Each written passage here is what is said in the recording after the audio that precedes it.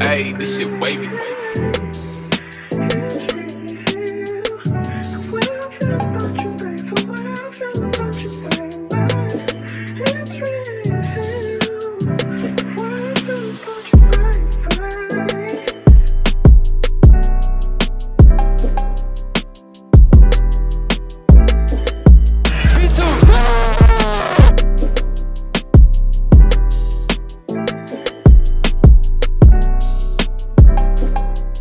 Oh my god! What did you do? What did you do?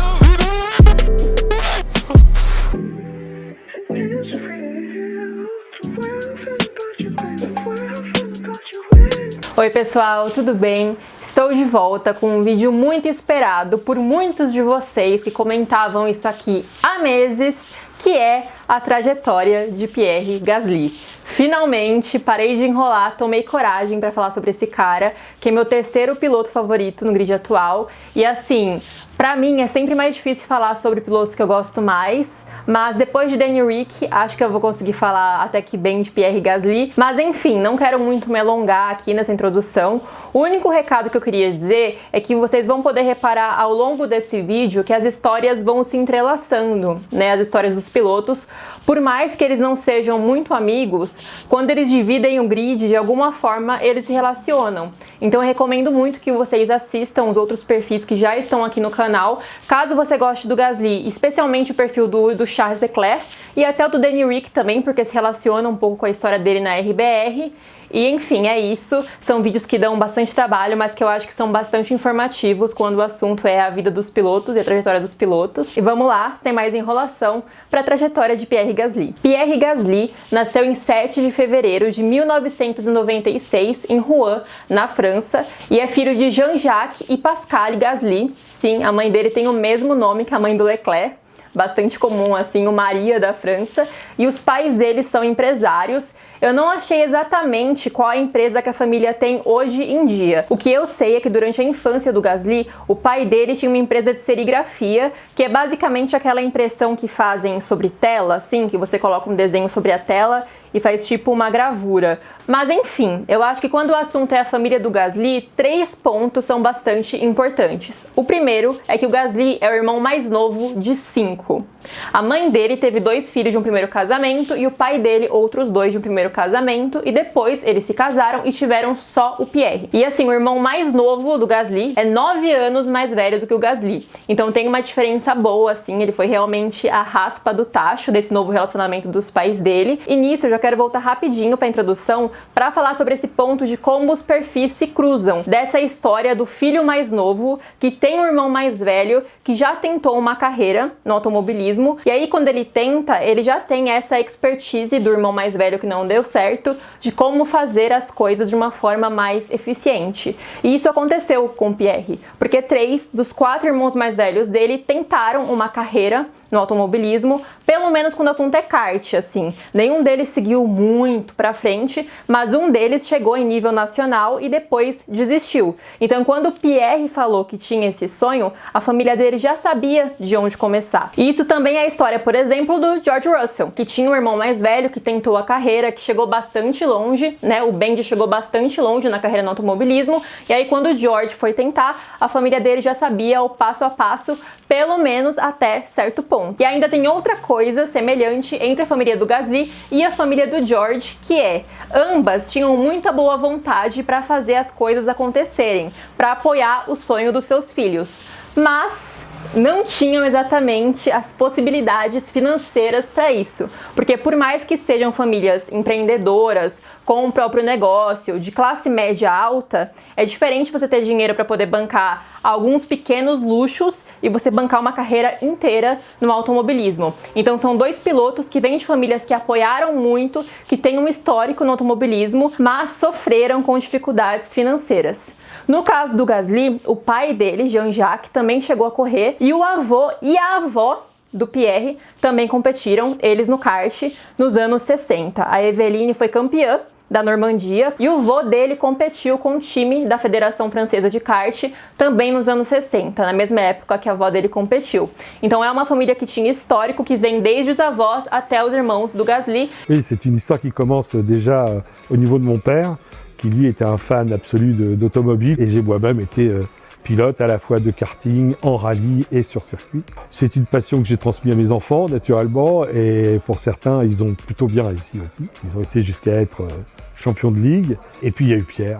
Et Pierre, Pierre c'est une synthèse de tout ce que la famille a pu réaliser en sport automobile. Il a la passion, il a le physique, il a la motivation, et il est allé jusqu'au bout de sa passion en gagnant ce fameux Grand Prix de Monza qui restera, je crois, un moment très important pour toute la famille. E os pais dele apoiaram o sonho, assim, levavam ele para assistir os irmãos desde que ele tinha 2 anos de idade, então sempre foi uma coisa presente na vida dele. E a primeira vez que o Pierre entrou em um kart foi com 6 anos de idade. E o pai dele conta que a primeira vez que ele entrou no kart, ele não conseguia nem alcançar os pedais, assim. Ele deu umas 3 voltas só com o kart antes de dar alguma besteira, mas mesmo assim ele amou a experiência. E 3 anos depois ele ganhou o primeiro kart próprio para poder começar a competir. O segundo ponto que eu queria destacar sobre a família do Pierre, que eu já pincelei agora comparando com a família do George Russell, é essa questão financeira, porque os pais do Pierre tiveram muita dificuldade para financiar a carreira do filho, ainda mais considerando que eles tinham 4 filhos mais velhos. Então, eles tinham que focar no Pierre de uma forma que acabou mudando a dinâmica e prejudicando todo mundo. O próprio Pierre menciona isso, que obviamente os pais dele fizeram os maiores sacrifícios, mas não por isso não foi difícil para os irmãos, que também tiveram que abrir mão de certas coisas. Quando o assunto é patrocínio, a mãe dele tinha que equilibrar o trabalho com a procura de patrocinadores para o Pierre, e ela chegou aí para Uganda, assim, num momento super complicado do país, de muito desencontro político, muito conflito, para poder conversar com o patrocinador que ofereceu 250 mil euros para aquela temporada do Pierre, que era exatamente o que ele precisava para financiar um ano de automobilismo. Ela não menciona exatamente qual foi esse ano, foi em algum momento antes de 2014, que foi quando ele entrou no programa de Jovens Pilotos da RBR, mas o fato é que ela moveu céus e terras, ela literalmente se meteu em avião para outro continente atrás de patrocínio para o Pierre. E assim também, tem outra coisa, eu acabei de mencionar que essa era a realidade antes da RBR, mas em 2015, quando o Pierre já era um piloto RBR, a família dele teve que organizar um crowdfunding para poder pagar as despesas dele na GP2, que é a Fórmula 2 atual. Então assim, mesmo com a RBR apoiando, eles ainda não podiam bancar a hospedagem dele, o fisioterapeuta dele. Em entrevistas mais recentes, os pais dele contam que a experiência de estar em campeonatos não era estressante só pelo perigo do esporte, mas também porque se o Pierre perdesse, a família tava em uma situação complicada, sabe? Então a mãe do Pierre conta que ela tava lá assistindo o filho dela, só pensando nos boletos que iam chegar em casa depois. E assim, ele não tinha outra opção, ela até fala isso, ele não tinha a opção de perder. E isso explica, agora a gente vai ver, né, daqui a pouquinho, o porquê também ele teve uma ascensão tão rápida de nunca passar muito tempo em uma categoria. Ele não tinha essa chance mesmo, não tinha essa opção. Ele precisava ir bem, mas em alguns momentos ele acabava tendo resultados medianos, né, pífios assim, porque ele não tinha também essa estrutura para estar no topo. E assim, eu confesso que todos os bastidores da vida do Gasly me fazem gostar ainda mais dele. Eu adoro os pais dele, adoro a reação dos pais dele ao sucesso dele. Uma relação saudável de pais e filhos é uma coisa que me toca. E a terceira coisa que eu queria destacar sobre a família do Gasly, na verdade, é uma anedota, uma historinha que a Pascale, a mãe dele, contou em uma entrevista sobre a reação dos pais quando ele ainda estava lá no ensino fundamental 1 e chegou para os dois perguntando o que ele tinha que estudar para ser um piloto de Fórmula 1. E os pais dele ficaram assim.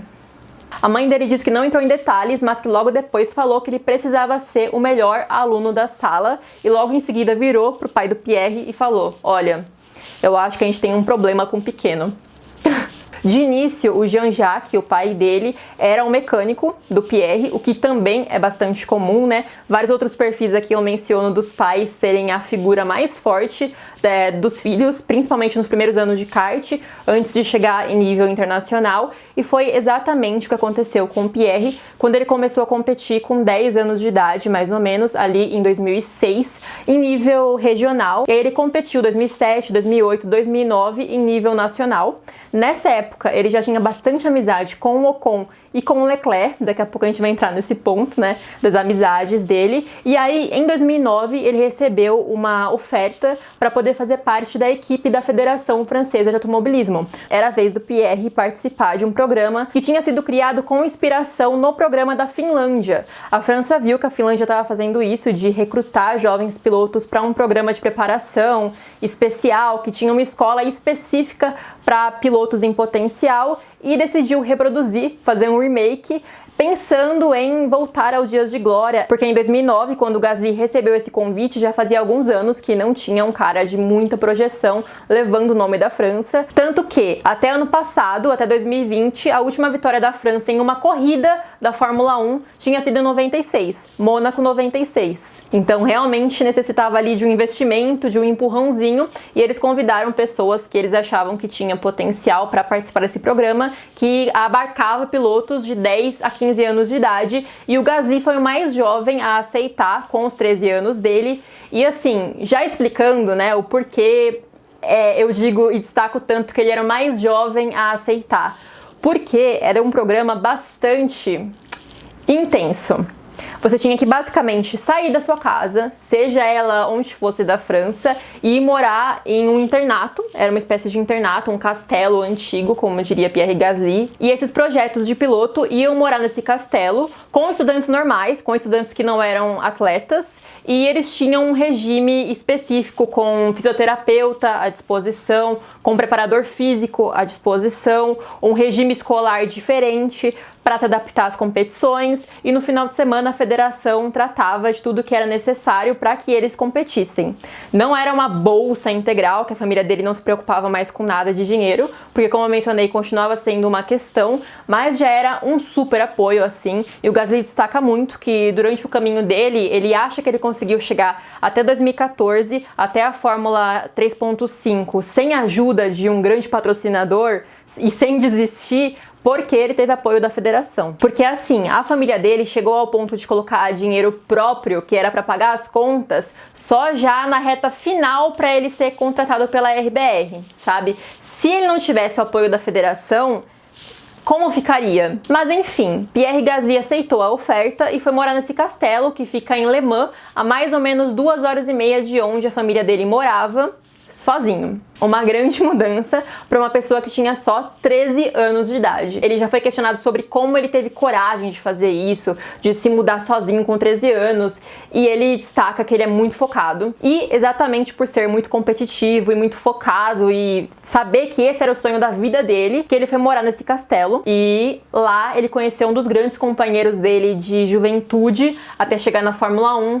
que foi Antoine Hubert, porque o Gasly e o Hubert já se conheciam de outros campeonatos e tudo mais, mas eles ainda não eram próximos, segundo o próprio Gasly. Ele já era próximo do Ocon, já era próximo do Leclerc, mas ele não era amigo do Hubert até os dois irem morar juntos nesse castelo. E aqui eu já queria entrar nesse tópico de amizades, né, aproveitando para começar pelo Antoine, que foi o amigo que ele conheceu mais tarde, mas que ao mesmo tempo ele teve uma ligação muito excepcional. Pierre comenta que os outros estudantes que não eram atletas desse colégio interno, eles riam do Antoine e do Pierre quando eles respondiam que eles iam ser pilotos de Fórmula 1. E nesse contexto, o Pierre destaca que o Antoine e ele se ajudavam muito, eram muito companheiros um do outro, assim, e eles iam treinar juntos, por exemplo, e aí o Antoine virava e falava: "Você tá cansado?" pro Pierre, e o Pierre negava, e eles ficavam meio se desafiando, por mais que os dois estivessem exaustos, assim, eles não paravam de treinar enquanto o outro não cedesse. Esse espírito excepcionalmente competitivo que existe entre pilotos,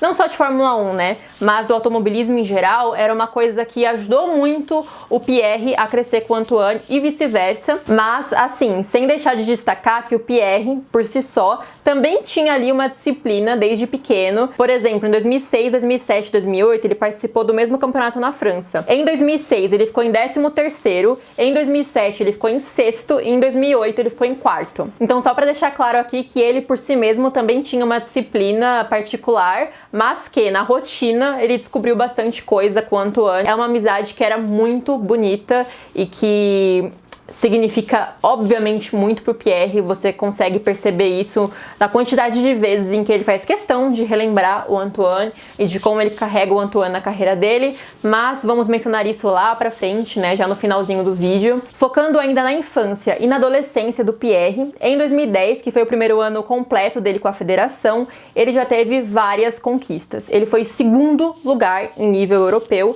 ele foi campeão francês, campeão nacional, e ele ficou em 4º lugar no Mundial. Aqui eu queria fazer um parênteses, só para inserir uma curiosidade daquelas que eu adoro, sobre os caminhos que se cruzam, de que ele ficou em 2º lugar em nível europeu, perdendo pro Alex Albon. Vou colocar fotinho aqui deles bem bonitinhos no pódio. E é interessante porque anos depois o caminho dos dois volta a se cruzar, em uma outra derrota pro Gasly, bem mais doída, né? E em 2010 dá para dizer que não foi tão doído assim, porque o Alex Albon, ele era uma estrela do kart, e era uma estrela do kart britânico, que é muito forte, é uma escola extremamente forte de automobilismo, e era o primeiro ano completo do Gasly competindo em nível internacional. Então, assim, foi uma derrota, mas uma derrota com ares de vitória, por mais que ele seja muito competitivo e provavelmente não tenha visto dessa forma, né? O Alex Albon, quero fazer um disclaimer aqui também, de que ele teve várias dificuldades ao longo da carreira dele. Isso explica o porquê, por exemplo, o Gasly chegou antes na Fórmula 1, né, de uma maneira menos tortuosa ainda, e só depois teve o embate entre os dois por uma vaga, que também chegaremos nesse ponto. Enfim, esse foi 2010 do Gasly, um 2010 promissor e que empolgou a Federação Francesa, que já em 2011 decidiu que era hora dele sair do kart e ir para a Fórmula 4. Então foi a primeira vez que ele foi para um monoposto, né, um tipo de carro muito diferente de um kart, e ele pensou, e a federação também pensou, que talvez fosse um pouco cedo, que talvez fosse um pouco rápido, já no 2º ano inteiro dele com a federação, ir para um monoposto, ir para um carro de fórmula, mas ainda assim eles decidiram apostar, porque afinal que tinha a perder, não tinha muita coisa a perder. E aí em 2011 ele participou da Fórmula 4 francesa. É importante dizer que, apesar de ser francesa, tinham pilotos espanhóis, alemães, da Índia, então assim, não era obrigatoriamente só para pilotos franceses, apesar de, naquele ano, os 3 primeiros colocados terem sido franceses, com o Gasly sendo o 3º colocado. Importante destacar que o primeiro colocado, que foi o Mathieu Vaxivière, era 2 anos mais velho do que o Gasly. E 2 anos, quando a gente fala de carreira júnior, é uma vida. Principalmente pensando que muito dinheiro é movimentado no automobilismo, mesmo em categorias como a Fórmula 4. O quão grande é o sacrifício para uma família que não é muito rica manter o filho fazendo isso, e também para o próprio atleta, né, que tem uma expectativa enorme envolvida. Então, assim, um 3º lugar no primeiro ano dele em monopostos, nota 10 mais uma vez. Salut tous les sports, c'est Pierre, j'ai 15 ans et mon rêve c'est d'être champion de Formule 1. Et c'est plutôt bien parti. Pierre vient de remporter les 3 dernières courses du championnat de France de Formule 4.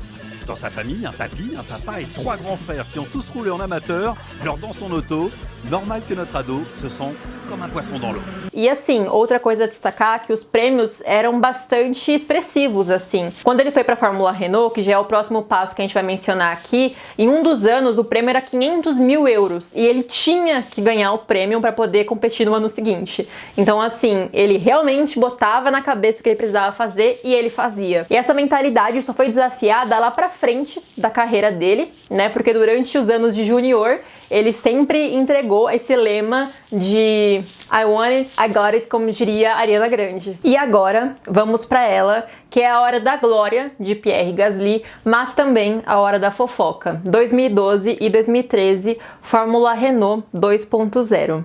A fofoca, no caso, é o fim da amizade dele com o Esteban Ocon. Para poder explicar o contexto direito, vamos voltar para a infância dos dois, quando eles se conheceram com mais ou menos 7 anos de idade. É importante falar que eles têm bastante semelhança geograficamente falando ali, de onde eles cresceram, nasceram e tudo mais. O lugar onde o Gasly nasceu fica mais ou menos 50 quilômetros de onde o Ocon nasceu. E eles têm 7 meses de diferença de idade, né? O Pierre é de fevereiro de 96 e o Ocon é de setembro. Então, assim, tinha tudo realmente para eles se encontrarem em algum momento, ainda mais falando de uma região que não tinha uma pista de kart por metro quadrado, né? Era um cenário bem pequeno de automobilismo. E a partir de então, os dois começaram a treinar sempre juntos na pista que ficava perto da casa do Gasly. O Gasly conta uma história, inclusive, extremamente conhecida da amizade dos dois, que no inverno, quando tudo ficava congelado, coberto de neve, os dois pegavam o carro, iam para a pista de kart, davam 3 voltas, esperavam o carro congelar, levavam para dentro.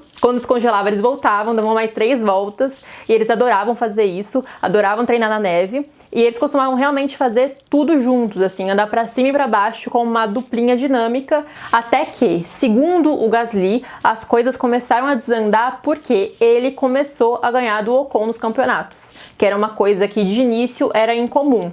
É importante dizer que o Ocon teve uma carreira júnior muito forte também. Ele não fica para trás, não deixa a desejar quando o assunto é eficiência em relação ao Gasly ou em relação a outros nomes, né? Eu já mencionei o nome do Ocon na trajetória de outros pilotos como sendo um cara vencedor, mas o fato é que a narrativa do Gasly faz sentido. E considerando isso de que todo piloto que chega à Fórmula 1 é extremamente competitivo, não é de surpreender que o Ocon tenha ficado meio mexido com um grande amigo dele de repente virando um rival, e o momento que o Gasly menciona como de ruptura total da amizade dos dois foi na Fórmula Renault 2.0 em 2013, quando o Gasly ganhou com o Ocon em segundo. Obviamente, existem as teorias paralelas.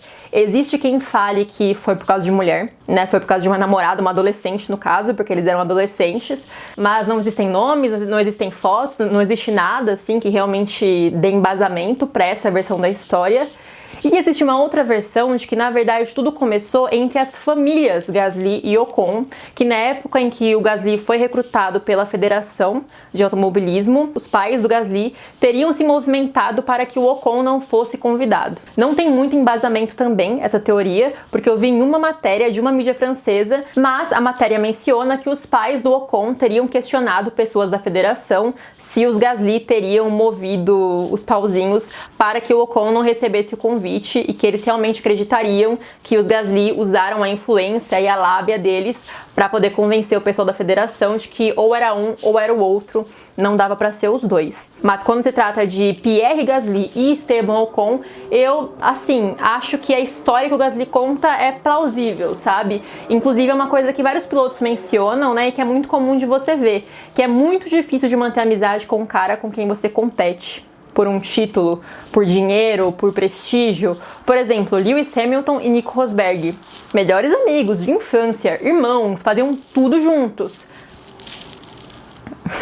E assim, chegou 2016 e tudo desmoronou, assim. E no final das contas é isso, né? É muito difícil falar de amizade em um meio tão competitivo, e pode ser que Gasly e Ocon não estivessem competindo por um título de Fórmula 1, mas eles estavam competindo por uma carreira. E por isso mesmo não me surpreende que a amizade dos dois tenha acabado dessa forma. Também tem algumas coisas sobre o Ocon ser um pouco desleal com o Gasly, ainda na época de Júnior, que teria feito ele parar de tentar ser amigo dele de qualquer forma, mas é isso quando a gente fala de amizade entre os dois, assim. Ah, e só uma observação, eu já mencionei aqui que em 2013 o Gasly ganhou com o Ocon em segundo, mas em 2012 ele teve uma participação bem fraca, o Gasly, ele ficou em 10º lugar, e em paralelo à Fórmula Renault 2.0, ele participou da Fórmula Renault, que era só do norte da Europa, mas ele participou de só 7 etapas, foi uma coisa realmente improvisada, e destacando também que, além do dinheiro, esses campeonatos servem como uma vitrine para jovens pilotos que querem ser recrutados por equipes júnior de Fórmula 1,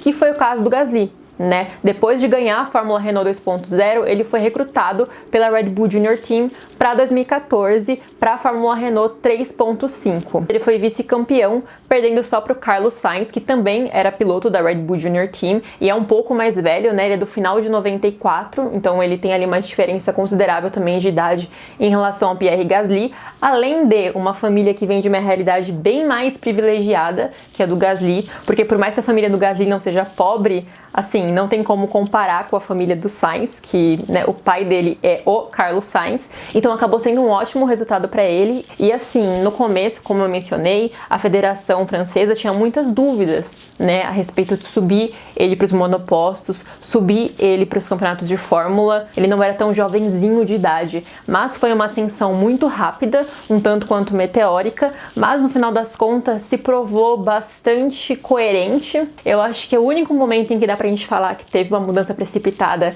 foi quando ele já estava na Fórmula 1, que a gente vai comentar daqui a pouquinho, mas quando o assunto são os anos dele antes da Fórmula 1, eu queria muito elogiar a gestão de carreira que foi feita, sabe? Pensando que não tinha um empresário super forte por trás, porque assim, até a Fórmula 1, na verdade, ele menciona que ele não tinha nenhum empresário. Quando ele chegou na Fórmula 1, ele continuou não tendo por um tempo, geria a carreira sozinho, os contratos sozinho, e ele admitia que era difícil, mas que ao mesmo tempo ele gostava de manter um olho atento sobre tudo, e eu acho isso muito impressionante, sabe? Que ele tenha conseguido fazer uma gestão de carreira tão eficiente desde sempre, ele e a família dele, sem ter um grande nome por trás, porque é uma coisa rara de ver, mesmo entre pilotos que vêm de famílias mais pobres e tudo mais, normalmente tem figurões, pessoas que apoiaram esses meninos, e no caso do Gasly, não tem.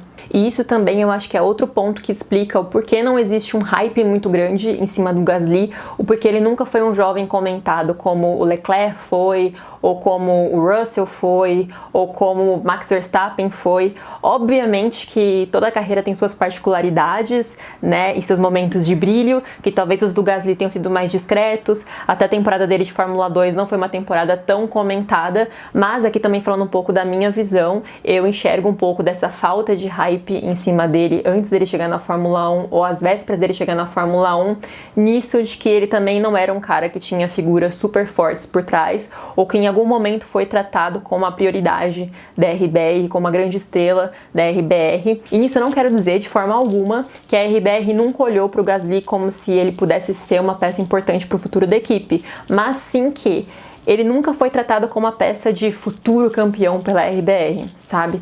Eles tinham o Ricardo, depois o Verstappen, então assim, teve uma continuidade que nunca permitiu que o Gasly fosse visto como a futura estrela, como o futuro cara que vai brilhar, e sim como um importante segundo piloto, um importante wingman para o nosso futuro campeão. E isso é um pouco triste, mas é como as coisas são. E voltando aqui, né, 2014, ele foi vice-campeão da Fórmula Renault 3.5, então ainda estamos em um momento tranquilo e feliz da vida, porque em 2015 ele foi promovido para a Fórmula 2, e aí que entra aquele negócio que eu já comentei mais cedo, de que ele teve dificuldades ainda para poder se bancar, para poder bancar a hospedagem, as viagens e tudo mais, mas quando o assunto é o preço do campeonato, que é milionário, é um campeonato muito caro de participar, isso a RBR cobria, que é uma coisa que a família Gasly com certeza não conseguiria pagar, e ele foi mal no primeiro ano dele de GP2, assim, mas era esperado também, ele tava na Dams, e também não existia expectativa de que ele fosse pra Fórmula 1 direto, né, mesmo que ele fosse muito bem no primeiro ano, e prova disso é que no ano seguinte, 2016, ele ganhou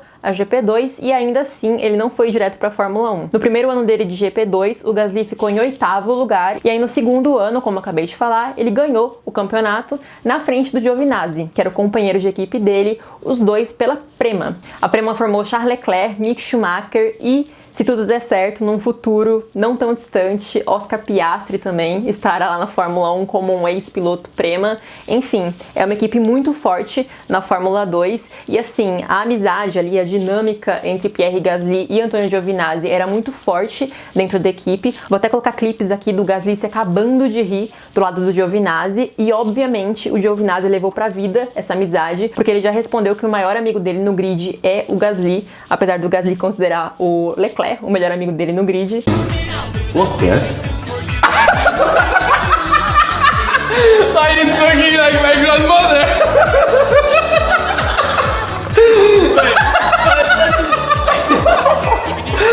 What? Yeah.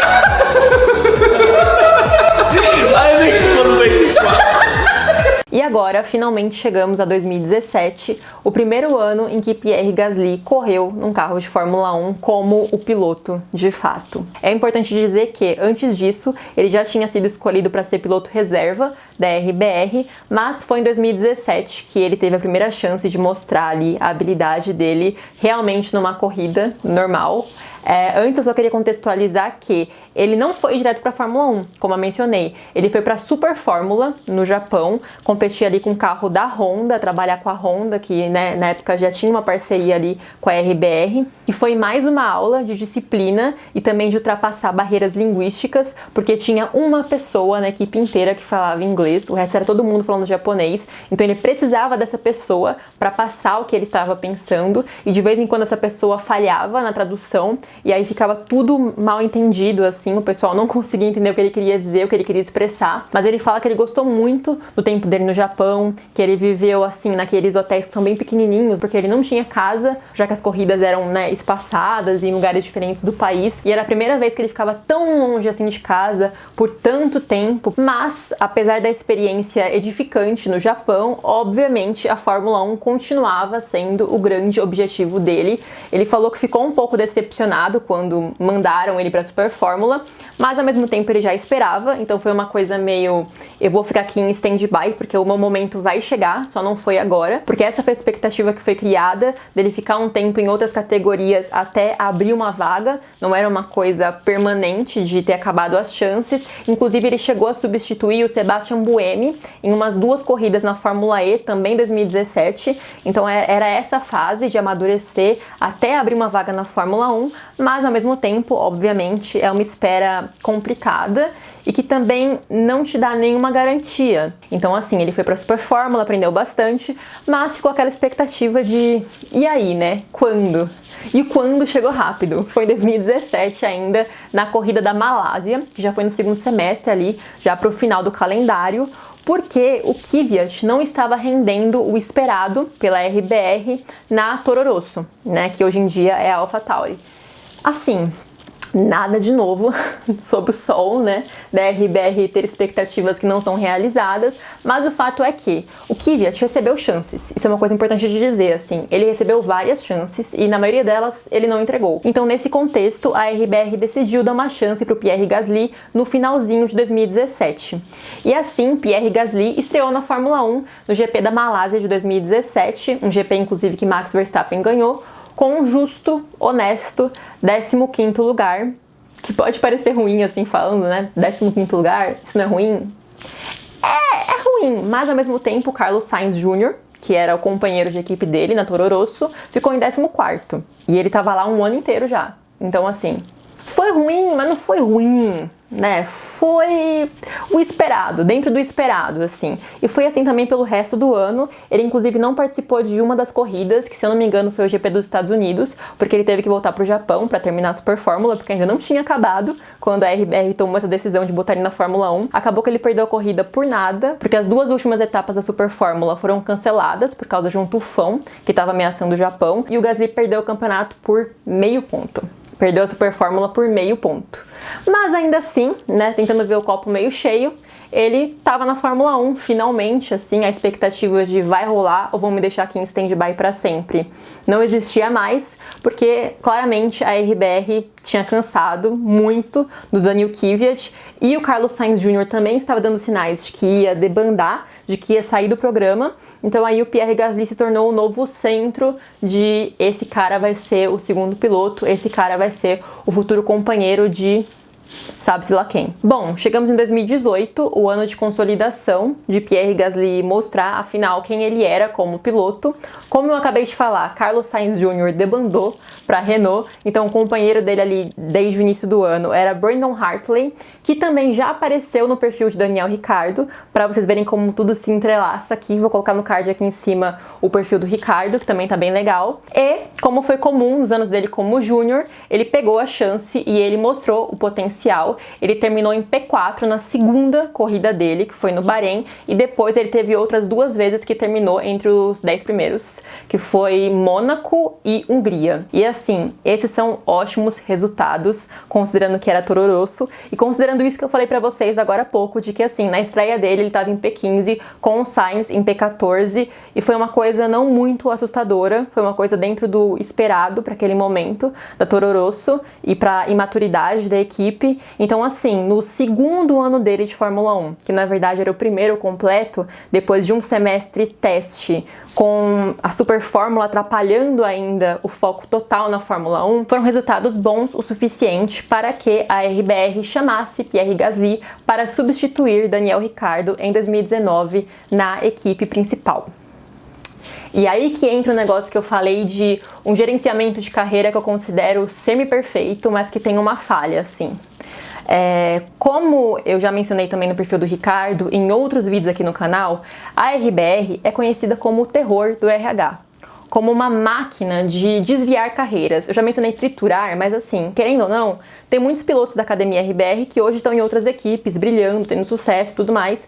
Então não vou dizer triturar, mas querendo ou não, eles obrigam, né, o jeito deles com os jovens pilotos, obrigam esses caras a procurarem outros espaços, que às vezes eles acham e dá certo, como é o caso do Sainz, que hoje em dia tá muito bem na Ferrari, né, assim, se encaixou perfeitamente com a equipe, mas outras vezes não dá tão certo assim. Então, quando o Gasly foi promovido assim rápido, para pegar o lugar de um cara tão experiente, tão talentoso e tão hypado quanto Daniel Ricciardo, acho que não era uma coisa extremamente imprevisível, não era uma coisa extremamente surpreendente de que não seria uma escolha que ia dar certo, sabe? Obviamente aqui, eu não quero dizer que ele deveria ter recusado, falado, não, eu vou ficar aqui na Toro Rosso. Obviamente, ninguém ia fazer isso, né? Você tem a chance de ir pro top 3 ali, melhores equipes do grid, claramente você não vai falar, ah não, quero ficar aqui nessa equipe modesta, em que posso competir por top 10 uma vez a cada 10 corridas.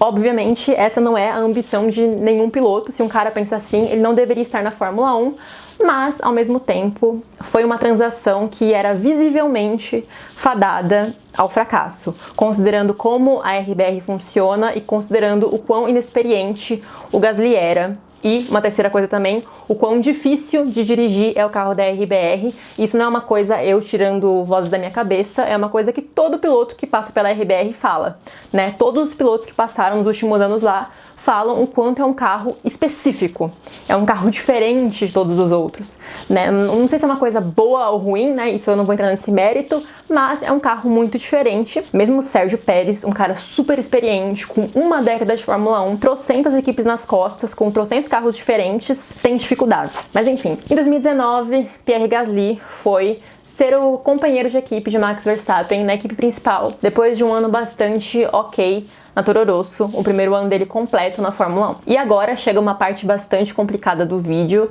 porque assim, eu não sei nem como narrar o quão ruim foi o 2019 de Pierre Gasly, tirando o Brasil. Se o ano inteiro pudesse ser só aquela semana, ok.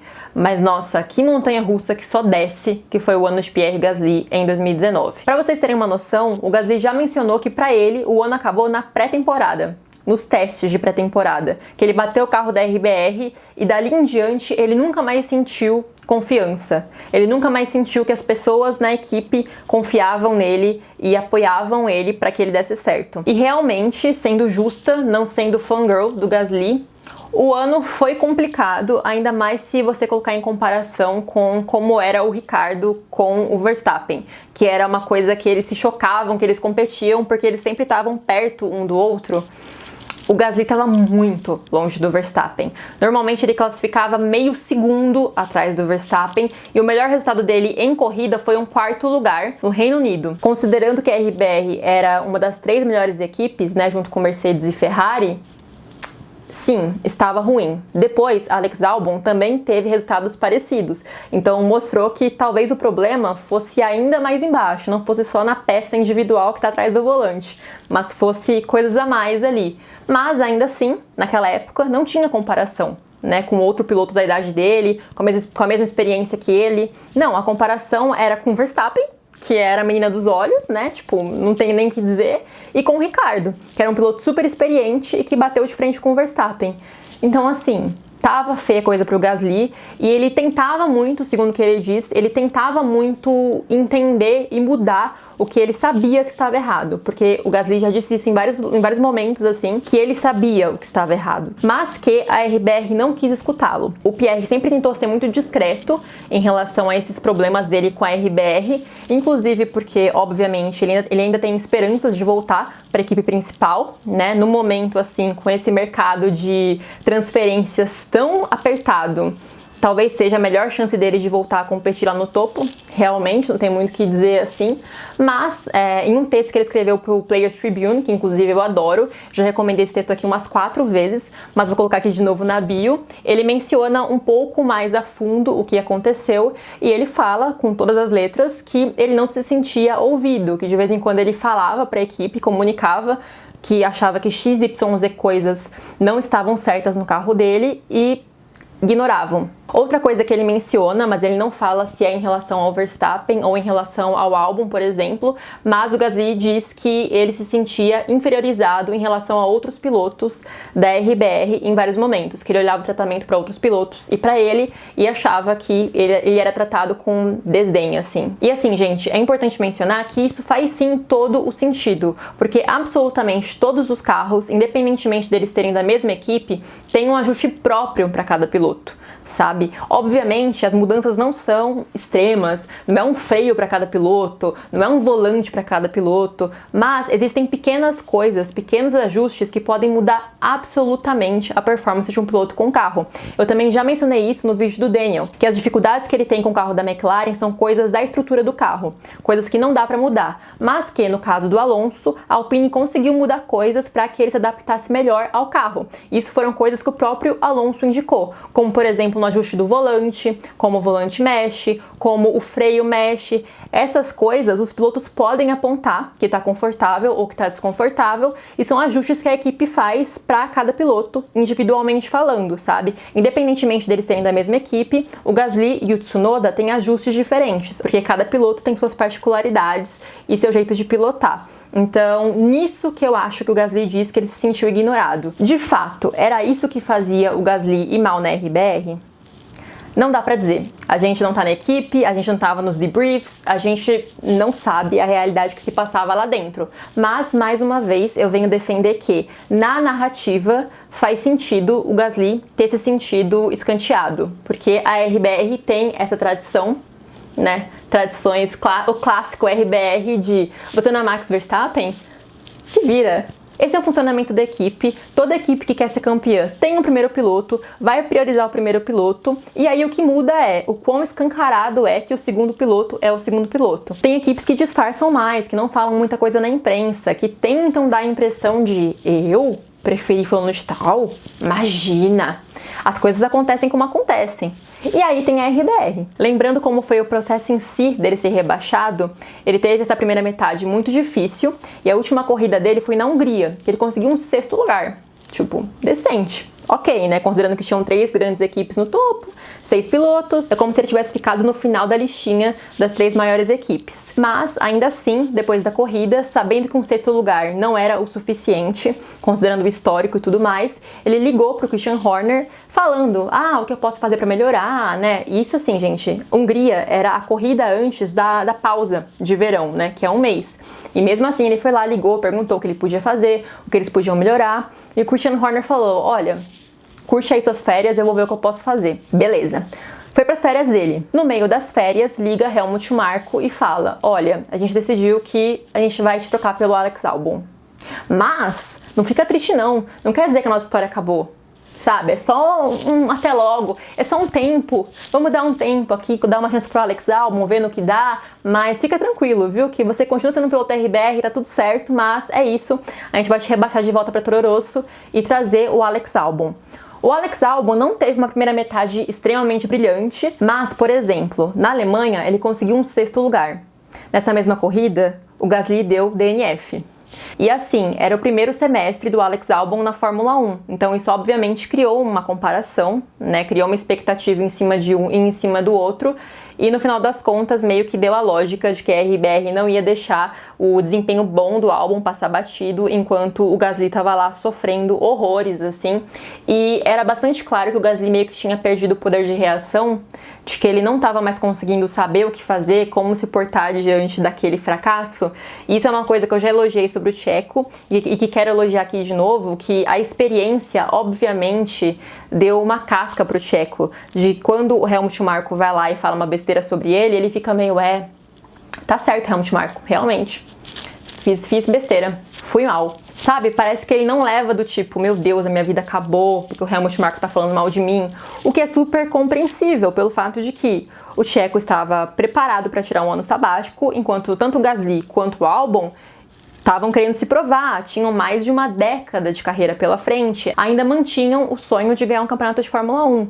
Não que o Gasly ou o Albon tenham desistido, porque não é o caso, os dois falam que ainda tem esse sonho, mas assim, já era o cenário naquela época, sabe? De dois pilotos super jovens, que não são consolidados, que não tem vaga garantida, como o próprio Alex Albon mostrou depois, né? Que assim, um dia da caça, outro do caçador. Se você não tem um patrocinador muito forte, se seu pai não é o dono da equipe, você não tem garantia nenhuma de que você vai continuar na Fórmula 1. Então assim, nesse cenário, o Gasly foi engolido pela pressão da RBR, engolido pela pressão de ser um bom coadjuvante em relação ao Verstappen. E, querendo ou não, em vários momentos o Sérgio Pérez fez um bom papel de coadjuvante, um bom papel de anjo da guarda do Verstappen. Mas, voltando pro Gasly, foi basicamente isso. Ele estava na Espanha curtindo, recebeu a ligação: quando você voltar das férias, não venha pra cá, vá pro outro box, porque aqui não vai ter mais o seu adesivo. Tchau e benção. E aí ele voltou pra Toro Rosso, né? E assim, não existia nenhuma grande discussão de como será o futuro de Pierre Gasly na Toro Rosso. Simplesmente saiu do holofote, o foco virou completamente Alex Albon, a revelação de 2019, a pessoa que desbancou Pierre Gasly. E assim, obviamente, as coisas ainda pioraram depois disso. Não nas pistas, mas na vida. Um negócio super pesado que deixou traumas, acredito, em todo mundo que acompanhou aquela cena, que foi o acidente do Berre, que eu já mencionei mais cedo aqui, a ligação do Gasly com o Berre.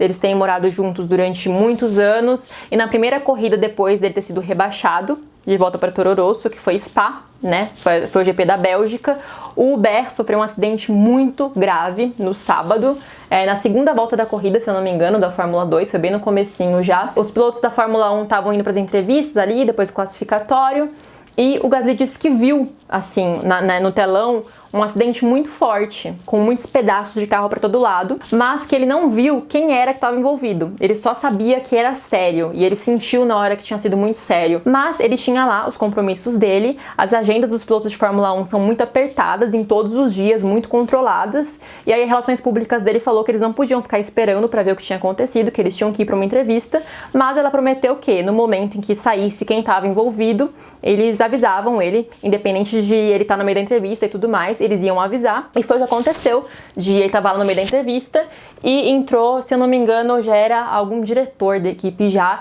que veio e falou pra ele que era o Berre com o Juan Manuel Correa. Gente, quem, assim, ouviu o impacto, não precisava nem ver, né, porque cortaram as imagens na hora, assim, então só quem viu é quem tava lá em loco mesmo, o acidente completo.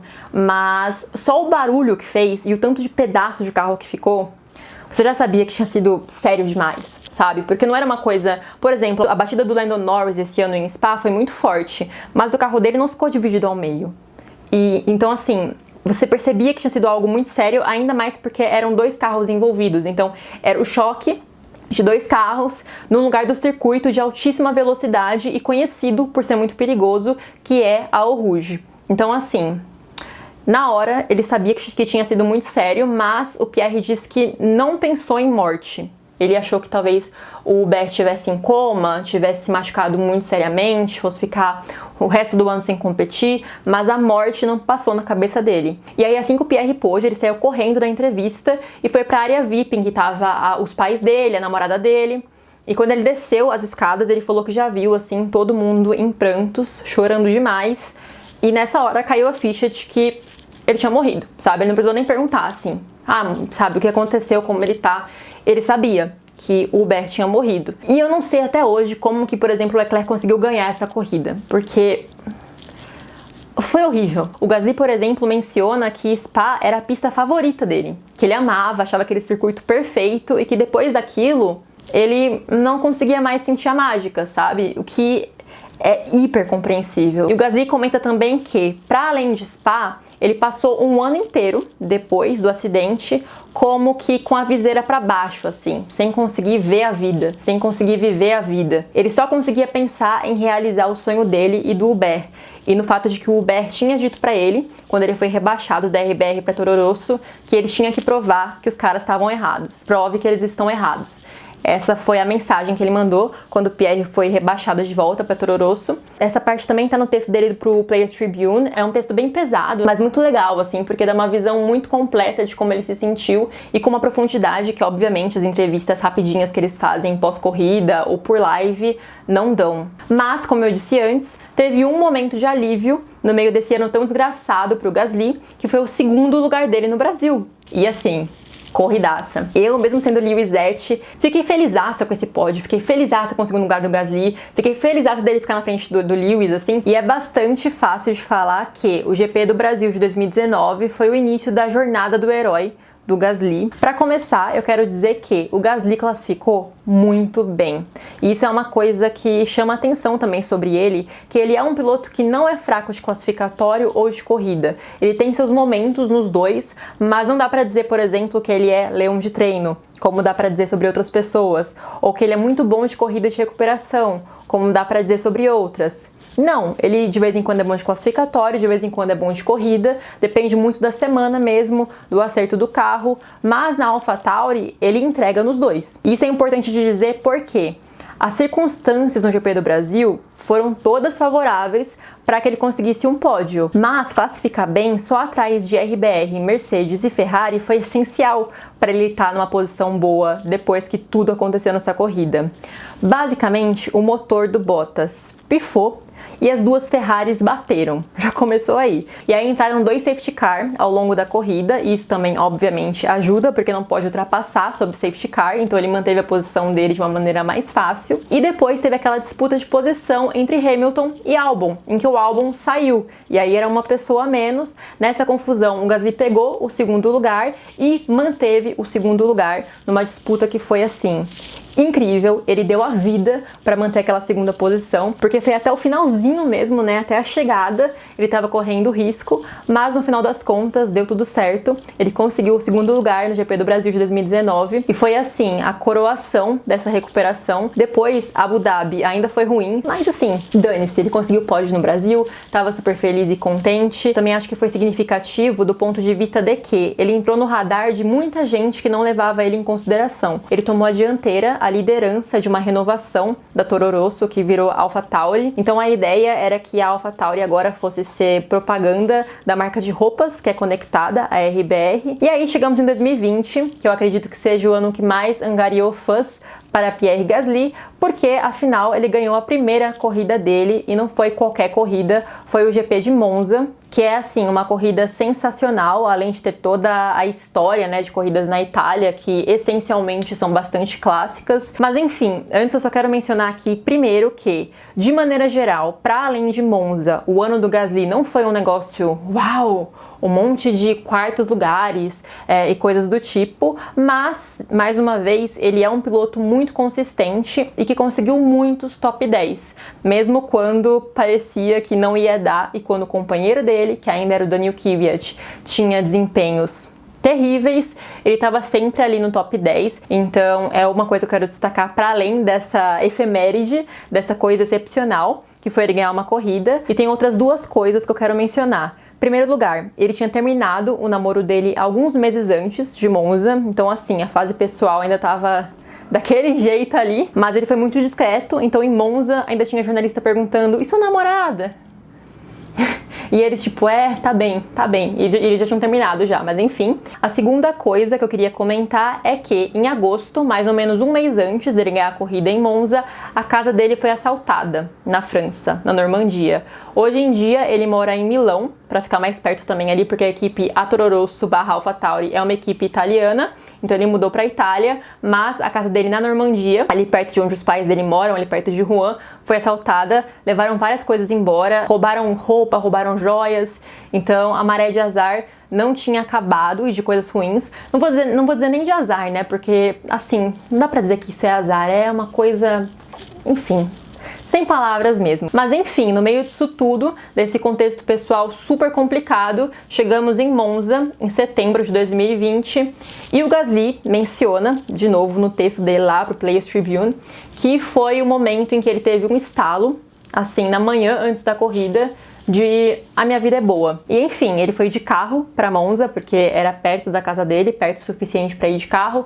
Ele também menciona que essa foi a primeira vez que ele fez algo do tipo, porque ele nunca tinha vivido a chance de dormir em casa, acordar, pegar o carro e ir pro trabalho. E aí ele classificou em 10º lugar, mais uma vez, classificou numa posição bem favorável, bem honesta, assim, para conseguir um bom resultado no domingo. E no domingo ele teve mais uma vez alguns golpes de sorte. Eu não gosto exatamente de usar essa palavra porque, assim, um cara bater não é sorte, né? Não dá pra usar essa palavra exatamente assim, fica um pouco de mau gosto. Mas o motor do Magnussen falhou e nessa o Gasly se deu bem porque ele já tinha feito o pit stop cedo nessa corrida. Então ele não teve que parar outra vez no meio dessa confusão e aí ele ficou numa posição privilegiada, que foi ainda mais favorecida pelo fato de que o Hamilton parou no pit stop, quando não podia ainda. E aí ele levou uma punição, né, um stop and go, e nesse stop and go ele perdeu a liderança que estava assim, mais do que certa, a corrida estava na mão dele, e nisso o Gasly tomou a ponta. E pouco depois o Leclerc bateu, bem forte inclusive, por isso que eu digo que eu não gosto de usar a palavra sorte, porque assim, o cara que é super amigo dele bateu,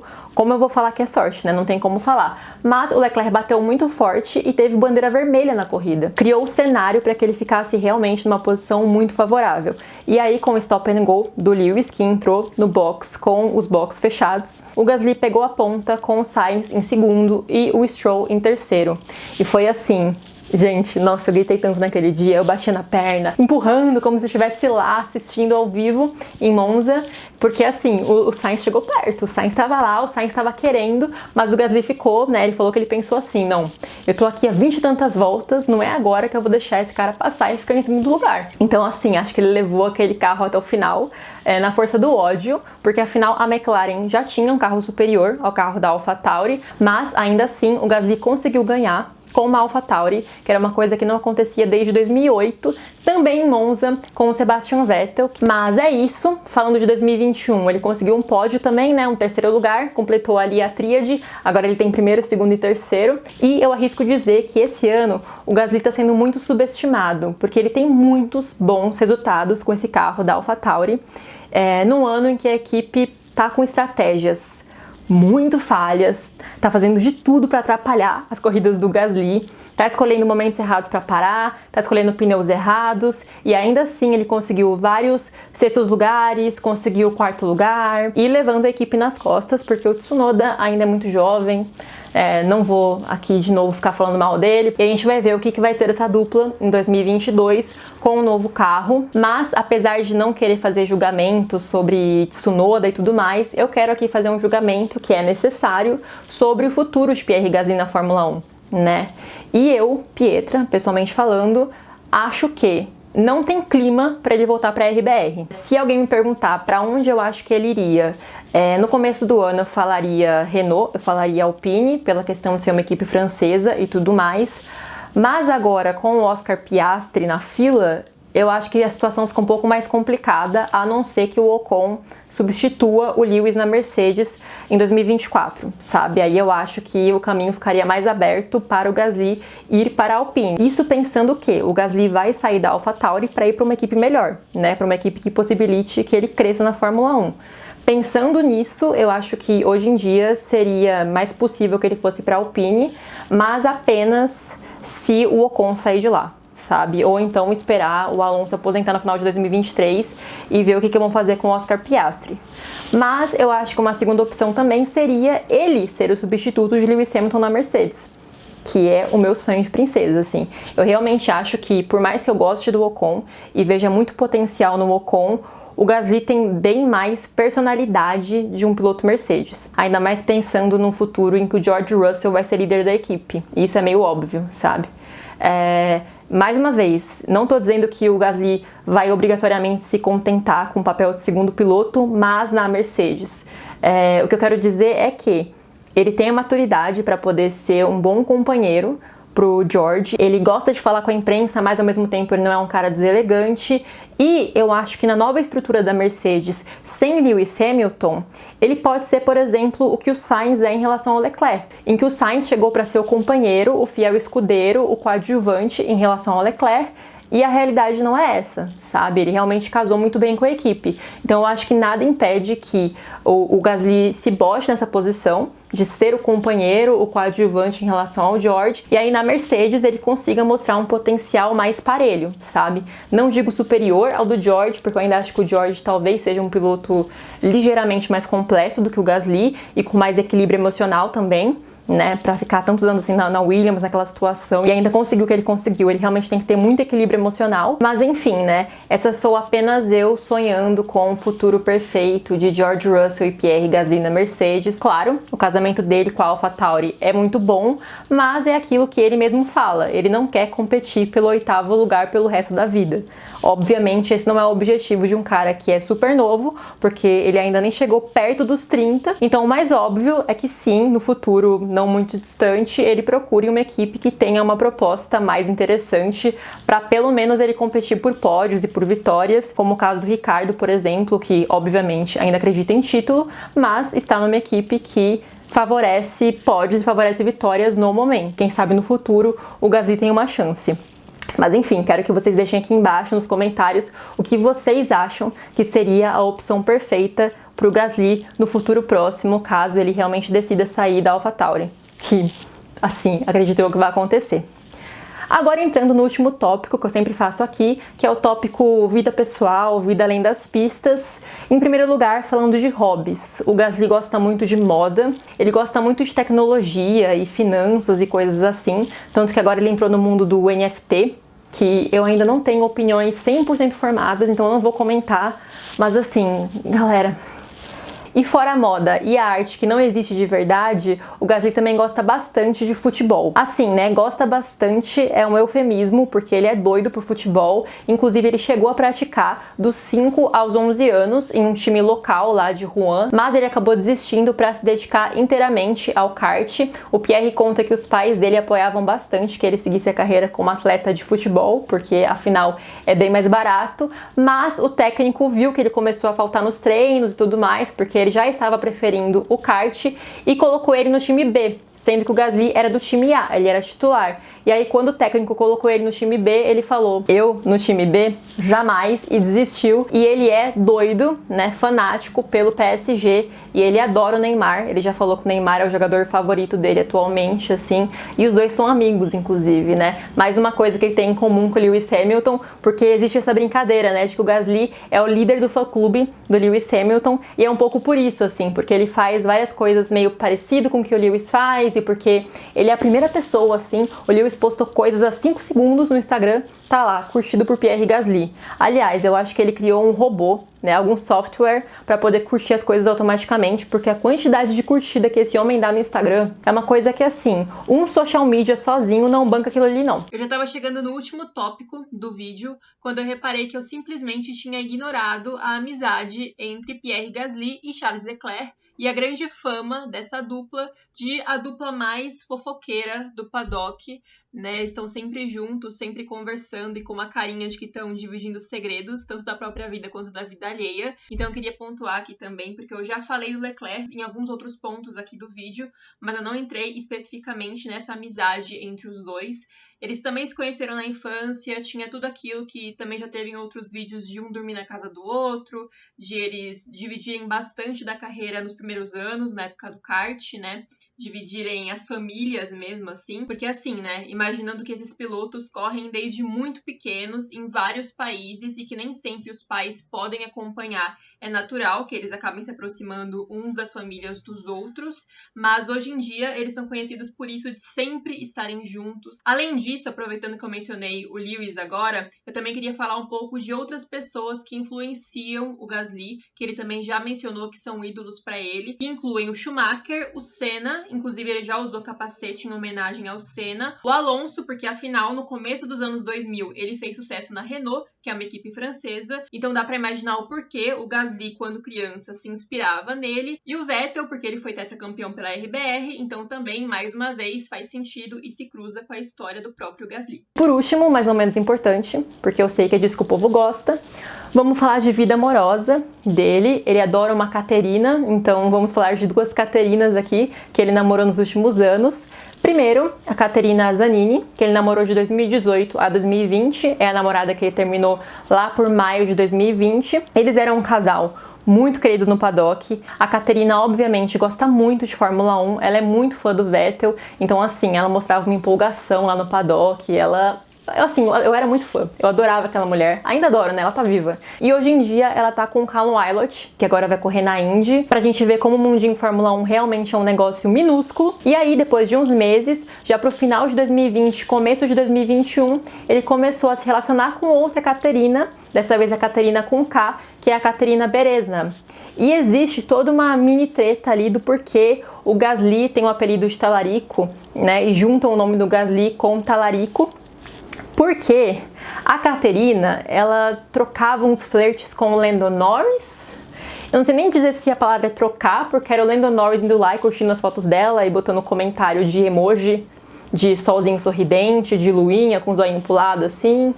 Enfim, eu sei que o Lando Norris dava em cima dela, bem obviamente, assim, e a galera ia lá encher o saco, né, porque a coitada não tem um minuto de paz. E aí, aparentemente, a Caterina e o Lando chegaram a se encontrar em Dubai, mais ou menos na mesma época ali, final de 2020, começo de 2021, que é a temporada de preparação dos pilotos de Fórmula 1, né, e muitos deles vão para Dubai. E os pais da Caterina moram em Dubai, se eu entendi bem, assim, ou pelo menos eles têm uma casa em Dubai, e ela se divide entre Dubai e Espanha, porque ela estuda na Espanha e morou grande parte da vida dela na Espanha, e ela nasceu na Ucrânia, mas a vida dela fica entre Espanha e Dubai. E aí, aparentemente, a Caterina chegou a encontrar o Lando lá no final do ano, começo do ano, em Dubai, mas o Lando testou positivo para Covid. E aí, uns dias depois do Lando testar positivo para Covid, a Caterina apareceu com o Pierre lá em Dubai. Mas assim, não sei exatamente se a Caterina estava ficando com o Lando mesmo, ou se eles só se conheceram, sabe? Não existe assim uma prova concreta disso, obviamente, porque eles são pessoas discretas e o Lando não é muito de dar trela. Mas o fato é que, como é muito público que o Lando dava em cima da Caterina, quando o Pierre apareceu com ela, todo mundo ficou meio, ué, não era o Lando?